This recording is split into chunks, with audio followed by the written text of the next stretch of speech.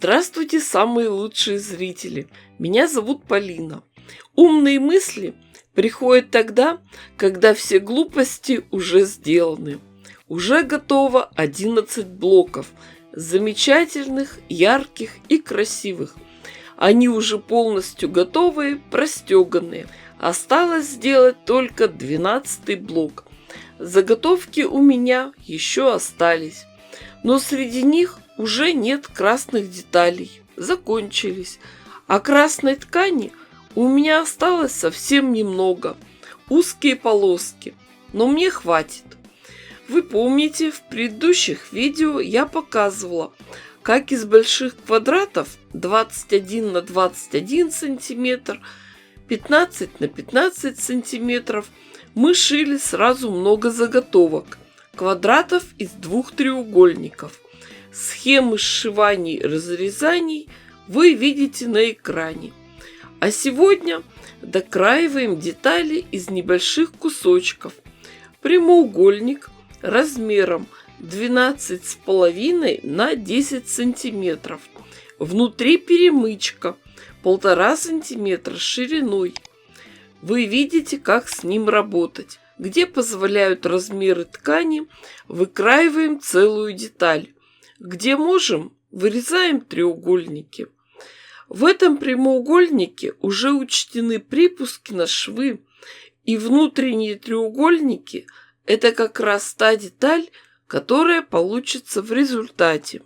Детали аккуратно вырежем, потом разберем попарно, сложим вместе два прямоугольника контрастного цвета и прошьем по внутренним нарисованным линиям. Строчку делаем крепкой, мелкой, нитки нейтрального серого цвета. В начале и в конце каждой строчки обязательно делаем закрепки. Нитки стараемся не обрывать. Прошили один шов, деталь разворачиваем, шьем другой. После этого переходим к следующей детали. В лоскутном шитье идет большой расход ниток. Экономим нитки, силы, время и нервы. Вы видите, что те треугольные детали мы тоже прошили. При необходимости можно немного подрезать лишнюю ткань и торчащие уголки. У нас готовы замечательные заготовки. Прямоугольники разрежем между швами. Тоже уберем лишние уголочки. Таким образом можно сшить сразу много заготовок. Диагональные срезы не будут растягиваться и деформироваться. После этого тщательно расправляем швы и все проутюживаем. А теперь приступаем к сочинению рисунка. Красными деталями нарисуем контур и будем потихоньку его заполнять. Смотрите сами, как вам нравится. Конечно, все зависит от тех лоскутков, которые есть в вашем распоряжении. Не торопитесь.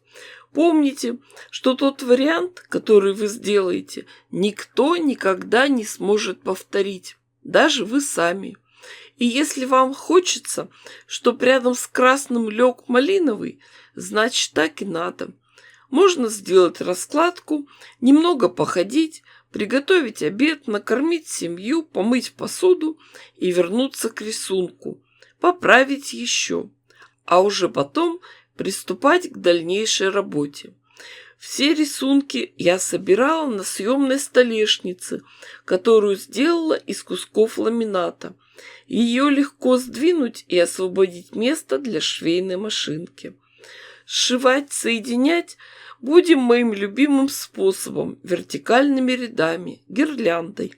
Сначала сошьем вместе детали первой и второй колонки, потом третьей и четвертой, пятой и шестой. Все детали соберем стопочкой рядом с собой.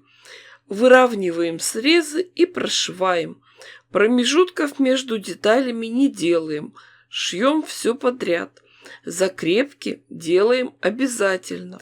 Получилось у нас 3 гирлянды по 6 деталей. Тщательно расправляем швы. Припуски направляем в сторону темной ткани, чтобы они не просвечивали на светлом изделие должно выглядеть аккуратно.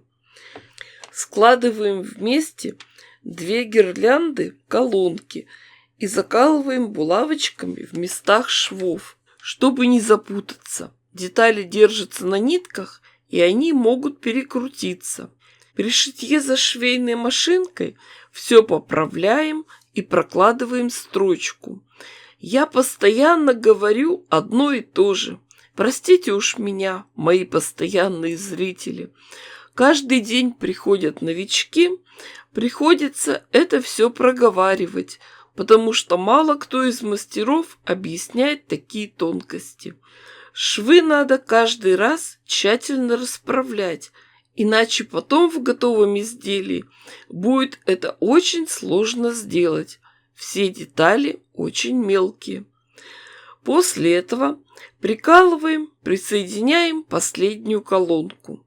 Смотрите, все полотно подвижно, держится на соединительных швах. Остается только прошить все по горизонтали. В готовом отшитом полотне сначала руками тщательно пройдемся по всем швам, направим припуски в нужные стороны, а уже потом хорошенько все проутюжим с паром. И, наконец, завершающий этап. Готовим сэндвич.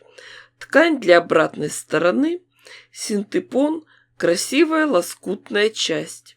Синтепон и изнанка на несколько сантиметров больше лоскутного верха. Начиная с середины, все тщательно заколем английскими изогнутыми булавками для квилтинга. Когда все готово, намечаем линии стежки. Начиная от середины, будем прошивать в шов по диагонали. Ромб в ромбе. Деталь у нас небольшая, 50 на 50 сантиметров. Никаких сложностей со стежкой нет. В такие моменты вспоминаю стихи. Мне нравится стихотворение Ивана Бунина «Вечер». О счастье мы всегда лишь вспоминаем, о счастье всюду. Может быть, оно, вот этот сад осенний за сараем и чистый воздух, льющийся в окно. В бездонном небе легким белым краем встает, сияет облако. Давно слежу за ним. Мы мало видим, знаем, а счастье только знающим дано. Окно открыто, пискнула и села на подоконник птичка, и от книг усталый взгляд я отвожу на миг. День вечереет, небо опустело, гул молотилки слышен на гумне. Я вижу, слышу, счастлив, все во мне. Это стихотворение Иван Бунин написал в 1909 году. После стежки надо только подровнять края, отрезать лишнее. Ну что, я довольна. Получился очень интересный лоскутный блок. Да и все другие тоже богатые, яркие, нарядные, все разные. Разложила на полу. Оценить масштаб предстоящей работы по соединению блоков в одно большое одеяло. И сразу даю небольшую подсказку, что буду делать в следующей серии. У меня есть очень красивая темно-синяя ткань. Именно ее хочу использовать в качестве объединяющей. Следите за новостями на канале, подписывайтесь на мой канал не только на Ютубе, но и на Яндекс.Дзен, ВКонтакте, в Одноклассниках. С вами была Полина. Всем пока-пока и до скорых встреч!